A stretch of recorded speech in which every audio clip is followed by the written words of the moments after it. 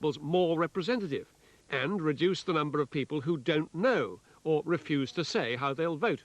If there was a general election tomorrow, which party would you vote for? Most pollsters believe that those don't knows may include a disproportionate number of Tories, reluctant to admit the way they'll vote, which helped skew the polls in Labour's favour last time. So Gallup and other pollsters adjust their figures to make the best estimate they can of how those shy Tories are going to vote. Part of the problem with the polls was shy Tories. The trouble is that they all make slightly different adjustments to allow for any Labour bias in their raw figures. But all this soul-searching leaves the pollsters deeply divided. There are a number of people who would rather not say how they're going to vote or don't know how they're going to vote, and those are predominantly past Conservative supporters, so that's why we adjust. But another pollster told me that although his professional ego did take a knock in 1992, he won't be adjusting his figures this time to allow for anyone who might be a little shy at admitting they were going to vote Conservative. I don't see much evidence for it. There may be 1 or 2 percentage points in it. There might be 1 or 2 people in 100 who might be reluctant to admit that they were going to vote for this party or that party, perhaps the Tory party, because it is unpopular at the moment. But I don't think that that's the way I want to risk my reputation. So can we trust the polls? The record of the last 7 elections shows they've tended to overestimate Labour rather than the Tories. In 1970, the polls were 7% out in Labour's favour. The Tories actually won. In the next 5 elections, there were small errors until the biggest error of all in 1992, a whole 8% in Labour's favour. But compare all that with Labour's lead of around 23% in this month's polls so far on average. Even if that's as far out as the worst so far in 1992, Labour still appear to be comfortably ahead. And the scale of Labour's victory in the Wirral by-election last month broadly echoes the message of the polls, as do results in local council by-elections over the past 2 months.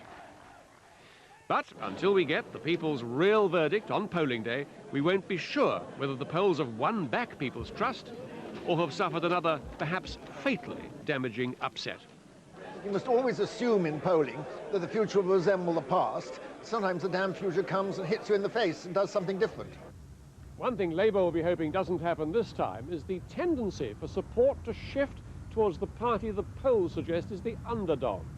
This does appear to have happened in most recent elections, and if it does happen this time, it can only help the Tories. Well, our political editor, Robin Oakley, joins me now from Downing Street. Presumably, Robin, the rationale behind the 6-week campaign is the hope that the polls can be turned round. Well, partly that, yes. Mr Major's hoping for more time for the feel-good factor to take effect as tax cuts come into people's pay packets, as more unemployment figures come out. I think he's also glad to have a long campaign, really, in order to get his own MPs away from Westminster. They proved so indisciplined and so gaffe-prone that I think he'd rather have them back in their constituencies for a long time, fighting for their own survival. But the main reason why he went for a long campaign was his belief that we in the media have had all our focus on the government and its difficulties and its problems over recent months. And once we get into an election campaign proper, then he feels the focus will switch to the opposition and to their policies, and that we will, he hopes, find inconsistencies in those policies. But of course the opposition parties say, well, they're only too glad to have a long campaign and a good chance to put over their case. Are they going to go at it hammer and tongs from the off, or only from the daily press conferences when they start and when the manifestos are produced? Well, I think one sniff of the electoral waterhole and they all join the stampede, Peter. They can't really help it. I think what we'll see is a gradual stepping up of the electoral tempo. While the House of Commons is sitting this week, there'll be some campaigning. Next week, after the House has got up, well, they'll be free to campaign quite a lot. And Labour, who were, I think, going to join the Tories in probably launching their election manifesto after Easter, are now seriously thinking of launching it before Easter instead. But we won't really see the fully fledged election campaign going until after Easter. That's when the daily election press conferences by the parties will start and when the leaders will take to their battle buses and tour the country. What sort of a blow has it been to the Conservatives that the Sun has come out for Tony Blair tonight? Oh, there's a lot of dismay in Tory ranks about that. Both major parties spend so much of their time and their energy really cultivating the tabloids. They do see them as being important in swinging public opinion, although there's not a lot of evidence to suggest that the editorial line taken by papers is necessarily reflected in their readers' behaviour at the ballot box. Some Tories are saying, like the cheerleader Lord Archer, that the sun will swing back before May the 1st, but others are pretty depressed by this, though I think the Tory High Command are taking some solace from the fact that the sun came out against Mr Major in the Tory leadership contest, and of course he still won that. Robin Oakley, thank you. Newsnight is on BBC2 at 10:30, in which, as you heard earlier, Tony Blair is interviewed by Jeremy Paxman. But that's all from the 9 o'clock news. Excuse me. Good night.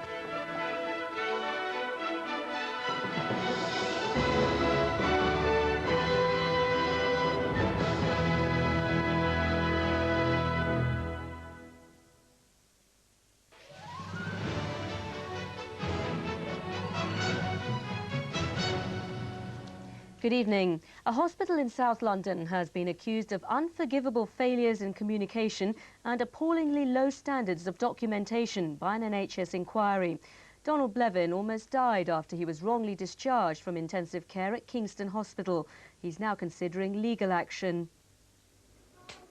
Donald Blevin was still dangerously ill when he was wrongly discharged from intensive care without being seen by a doctor. Staff stopped vital insulin treatment, although he was suffering from a deadly complication of diabetes. I was semi-conscious, incredibly sick. You should understand that the end result of this process that I was going through would have been to lapse into a coma. And it would appear that I must have been fairly near that point.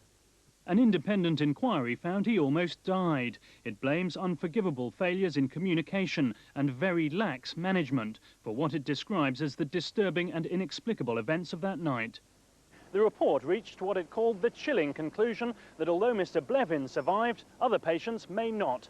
Kingston NHS Trust declined to comment on the inquiry which it itself commissioned, except to say that all the recommendations were being implemented and that it had apologised profusely to Mr Blevin.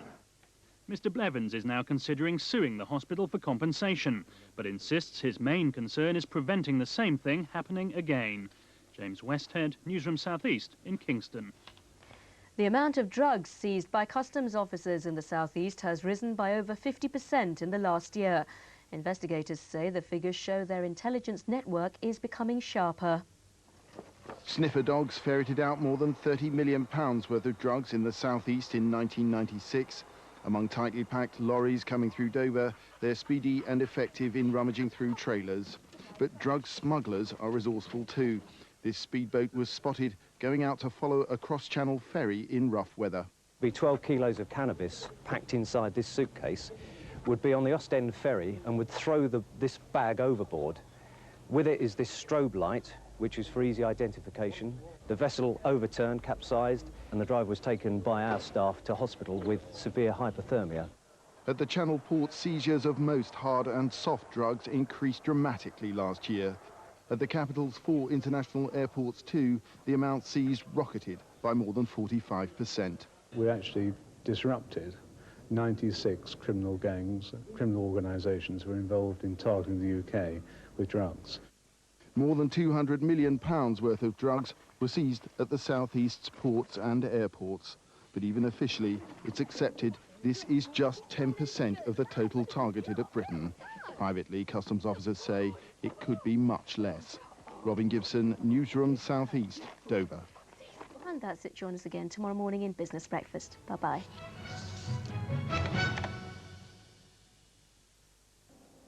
Good evening. It was the warmest day of the year so far here in London, up to 17 degrees, but we're not going to see temperatures anything like that in the days ahead because it is going to be turning much colder as this area of low pressure slips into Europe and pulls the winds first around from the north and then eventually around from the northeast. Although with high pressure coming down, it should be fine, but it is going to be very frosty. Tomorrow night we're going to notice it's a good deal colder, but then some frost comes along Wednesday and then Thursday and Friday nights, some quite widespread and hard frost. So take care of that tender growth.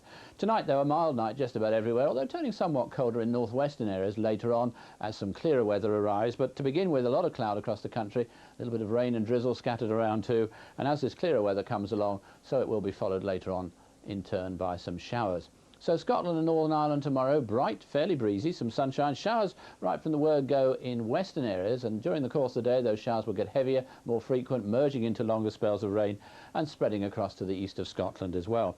England and Wales starts off quite grey, damp, cloudy, overcast, little rain and drizzle around. During the morning, northern parts of England, most of Wales will become a lot drier and brighter, and then in the afternoon the more central and southern parts should brighten up as well, although in the brighter weather there could just here and there be 1 or 2 showers. Fairly lightish winds to begin with tomorrow, but a fair old stiff westerly breeze will pick up during the course of the day, and that, combined with temperatures several degrees lower than we've seen recently, will certainly make it feel noticeably colder than of late. And then the colder weather slowly sets in the following few days. We're going to find on Wednesday northeastern parts with a good deal of cloud and some outbreaks of rain. Other areas, after some overnight rain, should have a fairly bright, breezy day, but there will be a scattering of showers around, 1 or 2 quite heavy ones in northwestern areas. And then we've seen the frost on Wednesday night. And then on Thursday, a colder day everywhere, some sunshine admittedly, but showers. And the showers by then in northern and eastern areas could be turning fairly wintry. Quite a lot of snow to be found on some of those northern hills. A very good night. In 50 years' time, will you laugh at computers ever being this big? In 50 years' time, will junk shops be full of compact discs?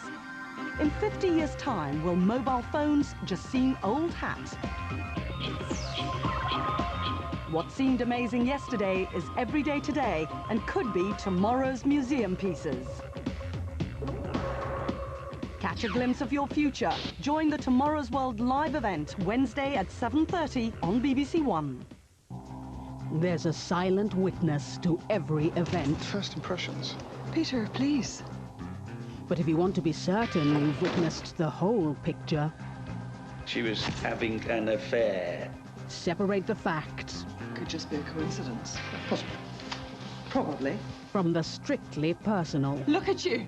You're judging me. And you're not judging me. Amanda Burton in Silent Witness, Friday, 9:30 on BBC1.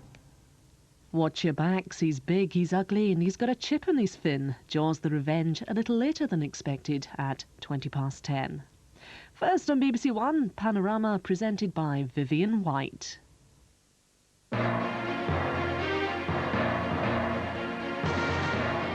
Tonight, a message to all drivers.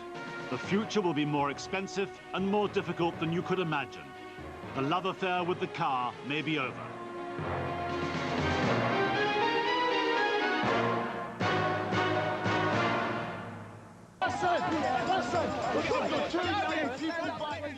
Once upon a time, new roads meant smiling ministers of transport cutting tapes. Now they mean protesters defending trees and building tunnels. This was the third Battle of Newbury. The new bypass is being built here. It's due to open at the end of 1998. I think a lot of people that came down here never expected to stop them building this road. The point was to make a point so that in future they reconsider building more roads. We're trying to stop a huge beast that is rolling forward. I mean, it is a beast of destruction. How do you think people like you, roads protesters, will be viewed in a few years' time? As people that saw the light from the beginning.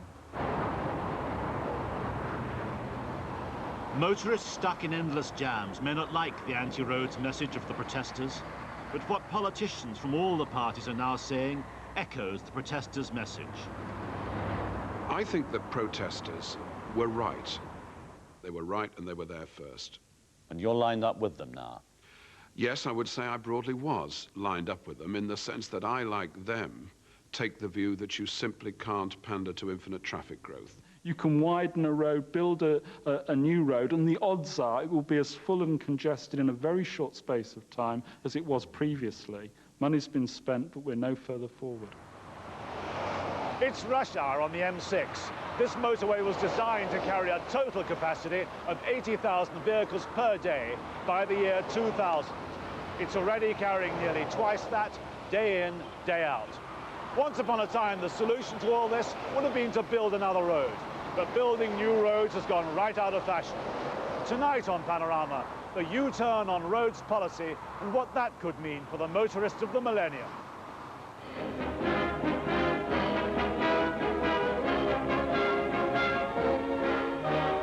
Speeding along the rolling highway, singing a song to the rhythm of the road. The sun's in the sky. The car has come to symbolize freedom, to ride where we want, when we want.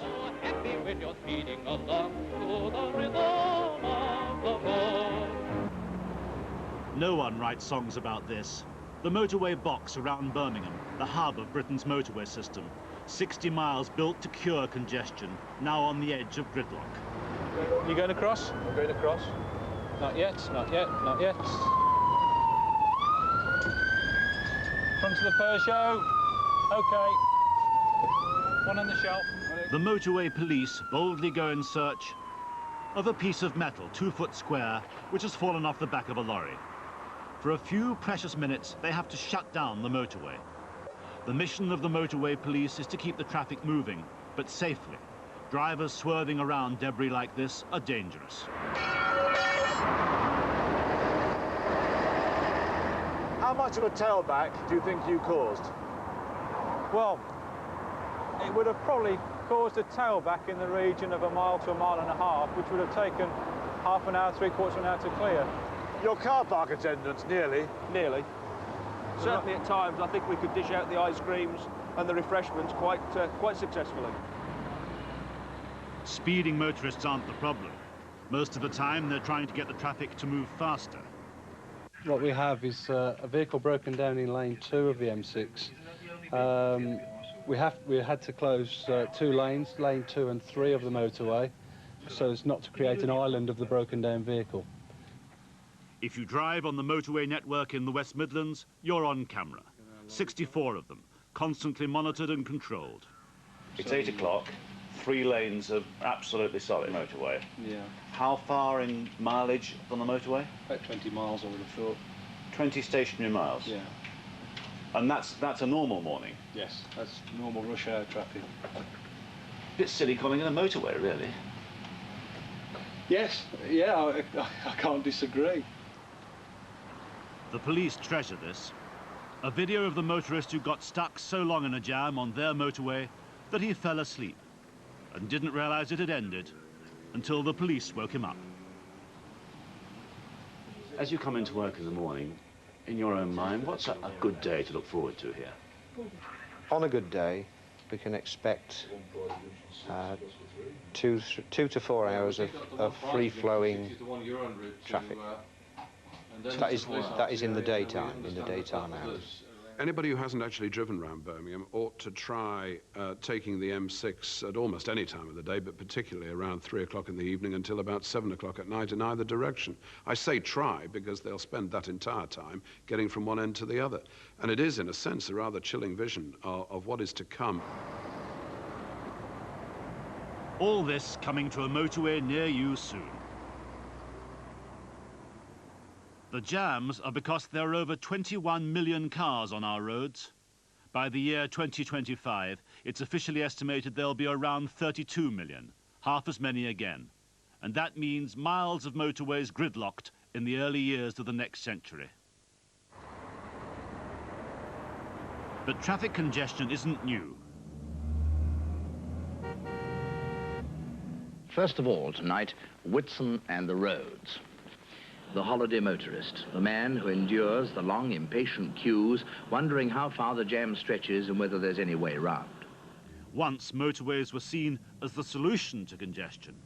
By 1956, when we started, we were rearing to go, and the plan originally was for 1,000 miles, then 3,000 miles of motorway.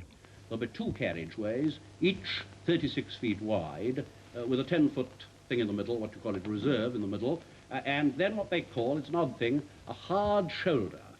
You built Britain's very first motorway. I did indeed, You were yes. the man in charge. That's right. Did you see yourselves as pioneers, starting off something that was going to be very big? Yes, I think we were, yes. We thought it was something special, something new. Very proud to be associated with it. Well, this is it, the shape of motoring to come. The Preston bypass, as the first of the motorways, deserves priority attention. So the Prime Minister came to open it, remarking that it's the symbol of a new era in motor travel. It was a very proud day.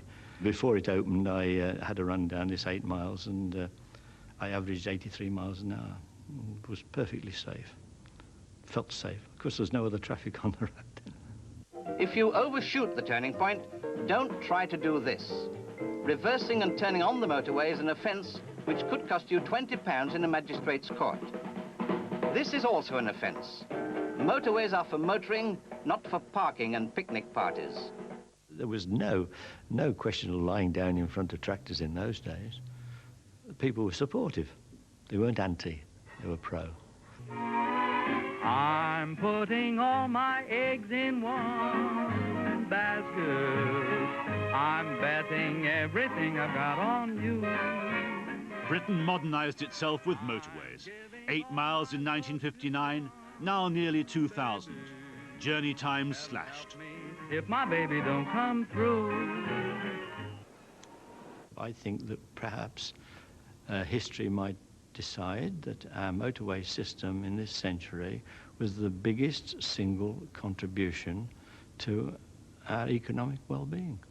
And good news too for all you motorists. The last 7-mile stretch of the Midland Links motorway.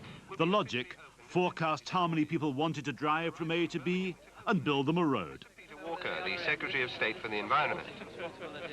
Motorway systems, if properly planned, relieve the congestion of our towns and cities and enable transport of people and goods to take place efficiently and pleasantly. But something happened which wasn't forecast. We changed the way we lived. We chose to use the new roads for journeys we wouldn't otherwise have thought of, and they filled up again. This is the motorway Peter Walker opened today. Sergeant Bickley is clearing a pathway for an ambulance. You can hear him just coming now. What's laughingly called the rush hour is approaching again. Hi.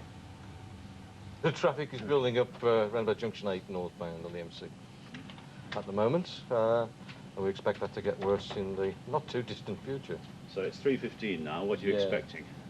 Around about 4 o'clock, that tailback should probably be about 10 miles long and gradually building. That's as long as nothing unexpected happens. Then things get worse much more quickly. We're actually now coming across the mouth of the southbound access slip road at Junction 6. 65 for information on the M42 northbound between Junctions 5 and Junction 6. We have 3 separate RTAs involving 20 plus vehicles. That's 20 plus vehicles. An RTA, police code for a road traffic accident. The M42 is the motorway just east of Birmingham. This accident means the tailback is now building at the rate of around a mile a minute. 15, not 16. Let's alter that. No, it's not even 16:30. Yeah.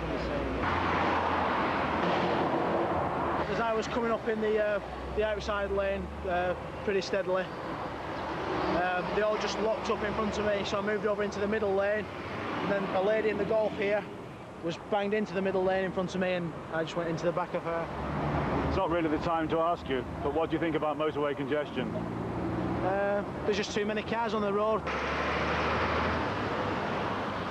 The initial minor accident that was reported was being attended by a police vehicle, which in turn was involved in a minor accident.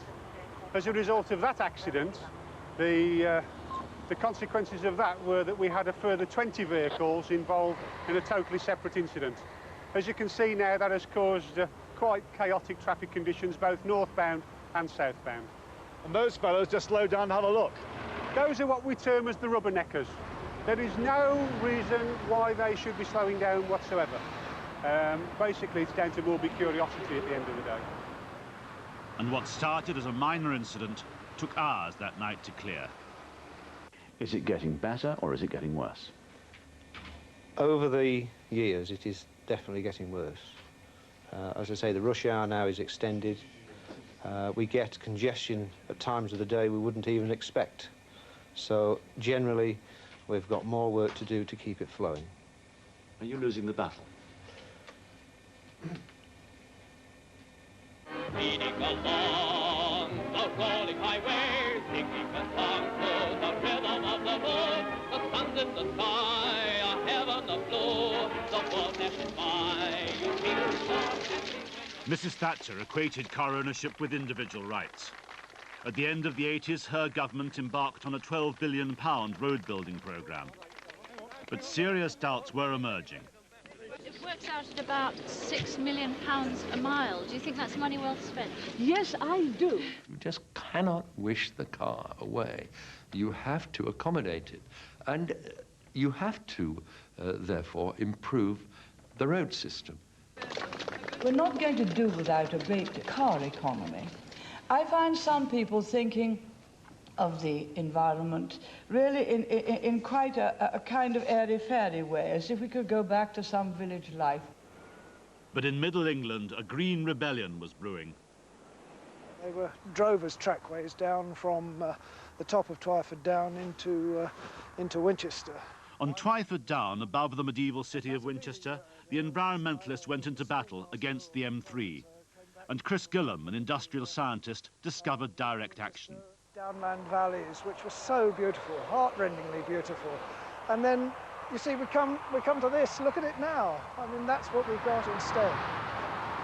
I hate coming up here and seeing this now. This was one of the most beautiful places I know. It seemed too destructive to contemplate. I just couldn't believe that anybody could really do that. You can't, to make a rather obvious point, make an omelette without breaking eggs.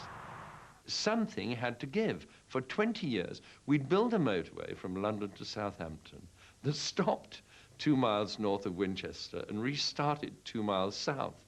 And in the middle was chaos. And it was chaos because for 20 years, nobody had liked to take the decision. I didn't like to take it, but it had to be done. There was a campaign of mass direct action to try to stop the M3 being built through Twyford Down. The radical young were joined by members of the respectable, middle-aged middle class, who decided that public inquiries and due process didn't work. In every argument, you come up against this thing called government policy. And government policy can defy the laws of physics, but it's still government policy, and you can't get beyond it. The politicians denied being influenced by the protesters, but anti-road sentiment spread to middle-class Tories. Now ministers began to listen, and the policy began to turn.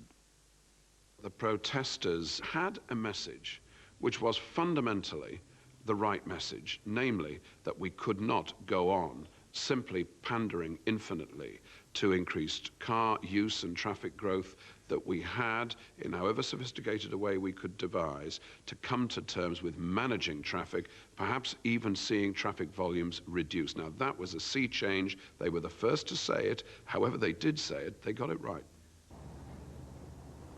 The next major roads protest was over the A34 Newbury bypass. Stephen Norris says this new road is only being built through the Berkshire countryside because of the way the Department of Transport's computer program worked, and the high value it placed on the inconvenience it would have caused motorists simply to improve the existing road. I believe we could have left all this countryside alone. I don't think this route should have been used. I think it is fair to say that the formula was more motorist-based than it should have been, and that it didn't apply the same kind of cash values to environmental consideration which it did to motorist inconvenience. Does the music of that machine going now, does that really offend you and hurt you here? Well, it saddens me.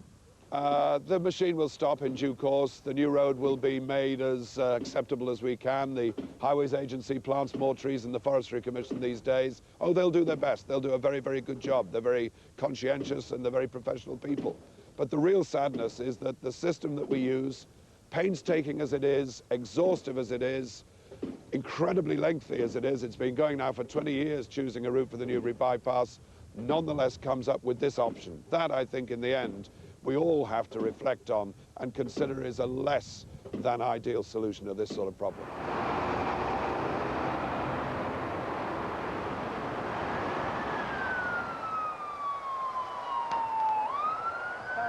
Junction 6, Gravelly Hill on the northbound side.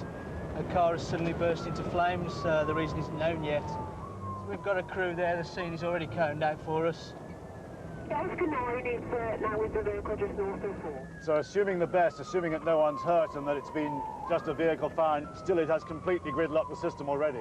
Yes, it will. Straight away, it'll have a dramatic effect. On any road, at any time, this would have been a frightening and potentially dangerous event. It's actually happened near Spaghetti Junction on the M6 at 10 to 5. Anyone injured, John? Anyone injured? No. It's just filled up with petrol, pulled up onto the motorway, and the car just caught fire. I'm going to move it out the way in a minute. They ready? Yeah. How did the two of you cope with all this? I just got him out straight away. I grabbed him and pulled him out. He was on the back seat. One man and his dog on the M6. Well, he hates being in that car, but he's been in it, you know, he's been in a car for all his life, so, but he does hate it now. Probably won't get in a car again.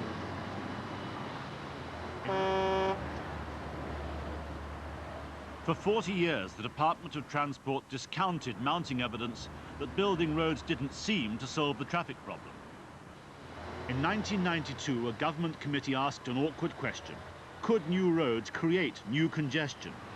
The work, I suppose, took about 2 years. We were meeting sometimes once a month, sometimes more. In 1994, the committee reported. They concluded that new roads caused new congestion because more people wanted to drive on them. 40 years of government thinking had been overturned. The first problem was the roads programme wasn't going to relieve congestion because traffic was growing faster than the road capacity could possibly grow. On top of that, you've got another problem, which is when you do provide extra road space, that itself generates some additional traffic. And the whole thing was moving in a direction where, as the calculations showed, year by year, congestion would have been getting worse rather than better. And then the justification for that way of solving the problem of transport simply crumbled. The report justified a complete change in policy. This is the Robin Hood Junction, a key entry point to London and a notorious bottleneck.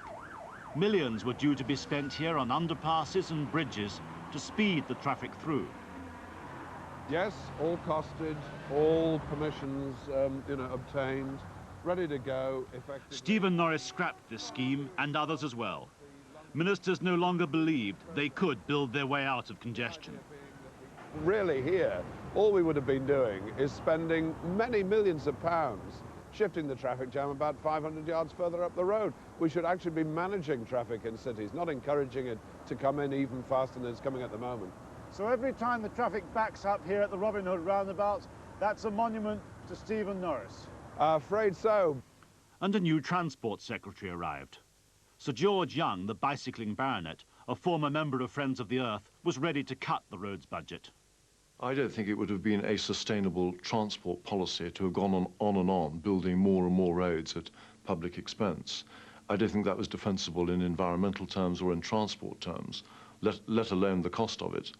I think there's been an extraordinary sea change in this debate. It's not a party political change, ironically, but it's a very profound change. It's probably as profound a change as has happened in any department of state, in any sphere of government over the last 30 or 40 years. Describe it. It's been, in a sense, a gentle but complete U-turn. The great tanker of transport policy is now heading south where it was previously heading north.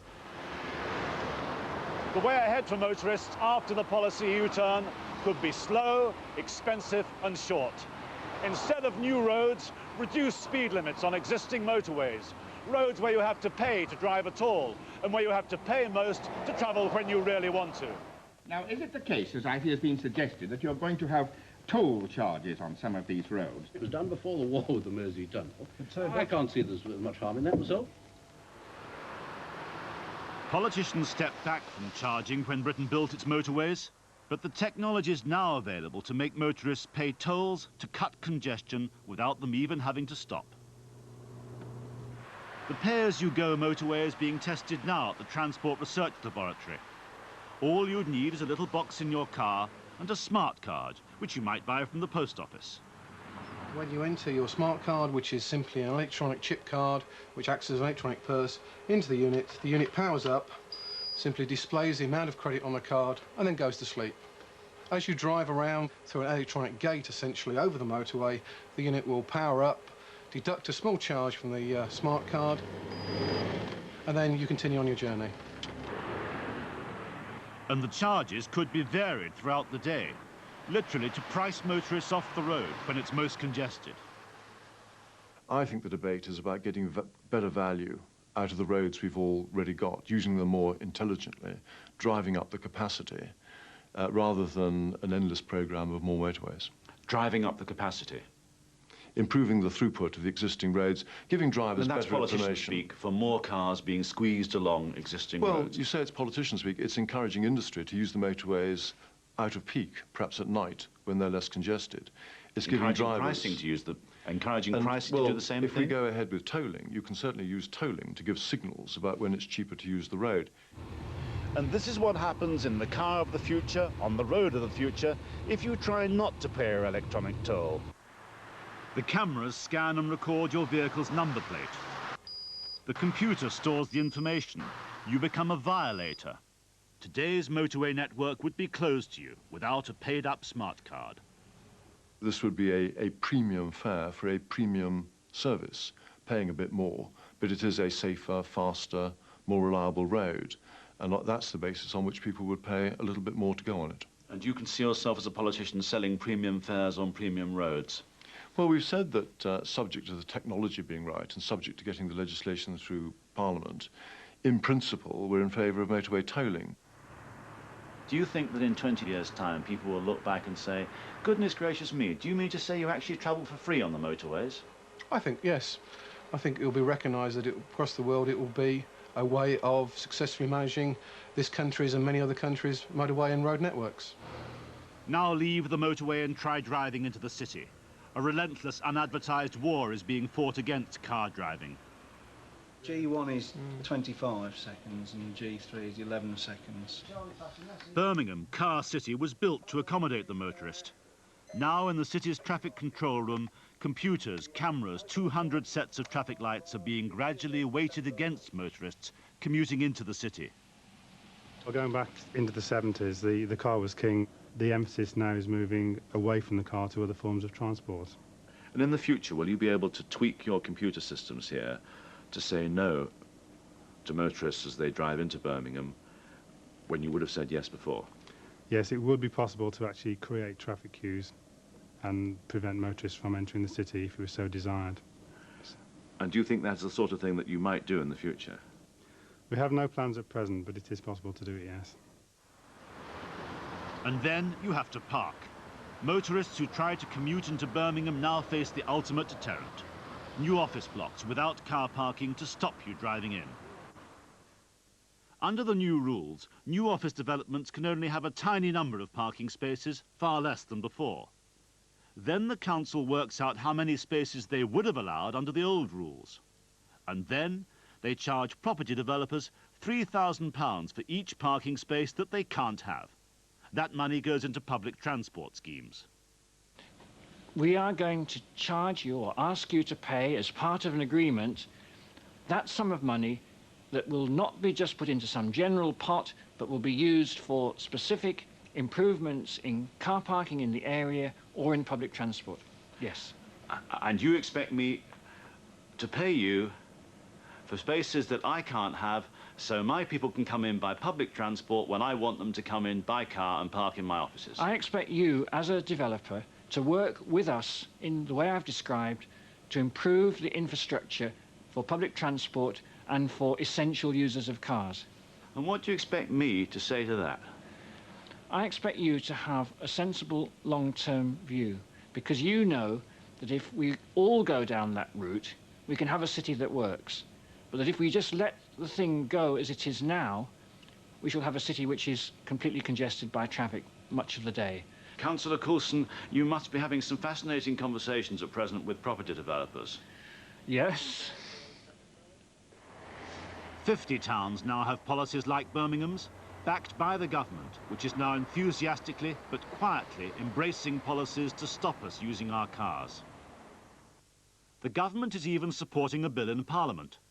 It would financially favour local authorities that cut car use. It's the Road Traffic Reduction Bill, thought up by the Green Pressure Group, Friends of the Earth. The whole point of the Road Traffic Reduction Bill was to be able to persuade Parliament and the people of this country that something had to be done about the spiralling amounts of traffic on our roads, that from an economic, a social and environmental point of view, we simply couldn't go on as we had. It's quite profound. The Road Traffic Reduction Bill is, in a way, the defining a case, I think, to prove how far opinion has shifted within the department. Essentially, it lays on local authorities an obligation to prepare plans to reduce traffic wherever practicable. That in itself, I think, would have been anathema to the Department of Transport only a decade previously. Just before Christmas, the department invited Friends of the Earth and the Liberal Democrat MP who decided to sponsor their bill to what became a memorable meeting. A Conservative Transport Minister was saying, what you're arguing for seems to make sense, and that was a tremendous breakthrough. I think we were all very bemused by the attitude of the minister at the time, who we'd expected to be extremely hostile to the proposals, and although he wasn't entirely happy with all of the details of the bill, it was quite clear even at that early meeting that we were likely to get a reasonably fair wind in discussions with him and his officials. When we came out of the meeting, we couldn't believe what we had heard, and we really felt for the first time that there was a very good chance that this bill would not only make it onto the statute books, but would become law before the general election. It was a great meeting. What would ministers have said about that bill 10 years ago? Typical liberal brown rice nonsense. Let us have none of it. Let us block it, vote against it, and get on with some serious debate about where we put the next bypasses and how quickly we expand the motorway programme. MPs have now said yes to the bill. There may just be time for it to be passed into law before the election. There's no doubt that the major parties are firmly backing it. Could you ever have imagined any government of any party, backing such a bill even a few years ago? I think you have to look and see what the bill will actually do. If it's a bill which says to local authorities, look at the level of traffic in your area at the moment, look ahead and see what it might be, and then see if it makes sense to have a strategy to try and contain it. That seems to me wholly acceptable, and I think most people will go along with that. They'll say it's the right way to go. We can all see how you get to a certain point and it is no longer sustainable, and it's using up an awful lot of everybody's time, causing an awful lot of pollution, and actually starting to damage the economy as well as the quality of life and the environment. And it's that which has led to an important shift in public views and public expectations about what transport ought to be doing.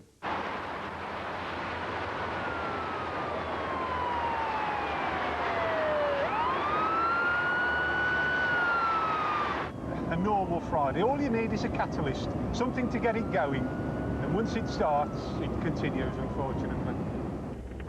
On the motorway east of Birmingham, Sergeant Bickley has called to another accident. A vehicle reported to have somersaulted. The shocked young driver needs assistance. Come on, move it! As usual, drivers are slowing down to have a look. All right. The ambulance at the top. Yeah. They're looking at taking her. She said she's okay, but they're looking at Safety is the first priority. The police don't want to stop the traffic flowing, but they must get medical help for the woman who was driving the crashed vehicle. Went up on one wheel, and then luckily dropped back on its wheel. Okay. Where are you now? Oh, I'm parked down there. Are you I'm well actually... out the way, I'm well out the way, I'm on the hard shoulder. Yeah, can the ambulance get past you back this way? No, they can't. No, so we'll take a car up then here. It's all right. You can't go anywhere. The police car will go and cover it, and then we'll get the ambulance back. Okay. I don't think so. Drivers will put up with a great deal and come back for more, so long as they prefer the chance of personal mobility in their motor car to the public transport alternative. It will take a lot to get motorists to switch. Come on, move it!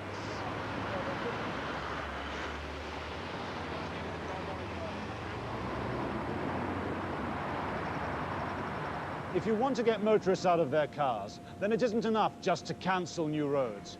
You've got to spend serious money on the alternatives. This is 100 foot below ground at London Airport Heathrow, the world's busiest international airport. And you're looking at £400 million, the cost of the new Heathrow Express rail link.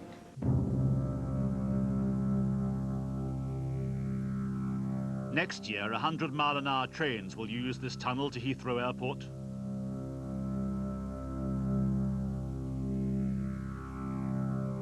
"38 million people journey to and from the airport in a year. 1 in 3 passengers use public transport now. BAA need to push that up to 50%. They have no choice. The roads above couldn't take them. The last 4 years I've spent more time on looking at trains, looking at buses, looking at other ways to get people on public transport than I would ever have imagined. But I think that is a change that's taken place throughout the country. And it's not because you've just gone faintly green or you've joined Friends of the Earth.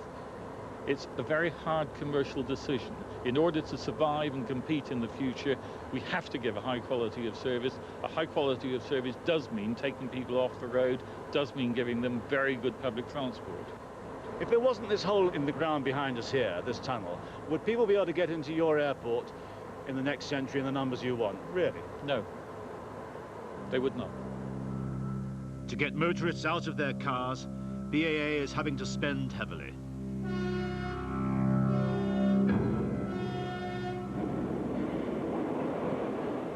And cash is what the London Underground needs. All over the country, money is needed for the public transport alternative. The London Underground is the oldest in the world, old and worn. There are delays on the Victoria line. This is due to signalling problems in the North Hills area. Control to the train approaching Westminster eastbound.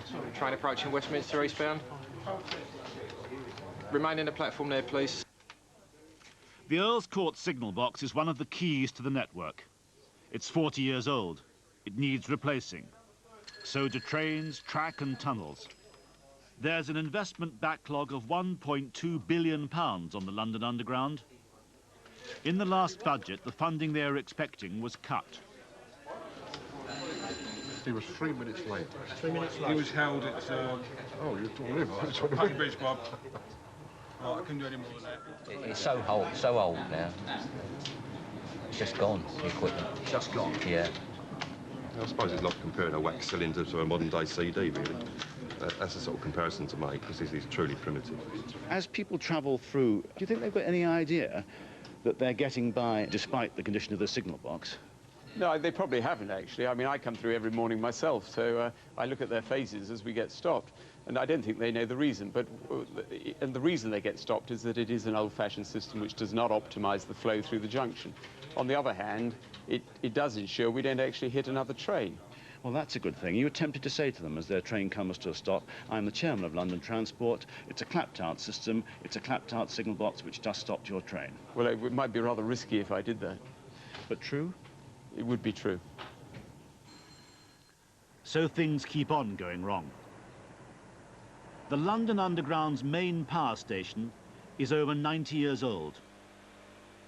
Over a 7-year period, the value of the roads programme has been halved, but that money hasn't all gone to public transport projects instead. The Conservatives say that if re-elected, they'd privatise the Underground. Labour opposed that. If elected, they propose a partnership between the public and private sector. But they're not promising extra public cash either. I'm going to fight my corner when it comes to deliberations on future public expenditure, but the position for the next 2 years is clear. We're working within existing public expenditure limits. No net extra public cash. Not for 2 years. That's what I said. We still have the next big step forward to take as far as government is concerned, which is equal commitment, as there has been in the past for new roads, for modern, efficient public transport systems. So there's a lot of campaigning still to go. The politicians and the planners want us to end the love affair of the century. But we shall not easily be parted from our cars. As darkness falls on Birmingham's motorway network, the last remnants of the last pile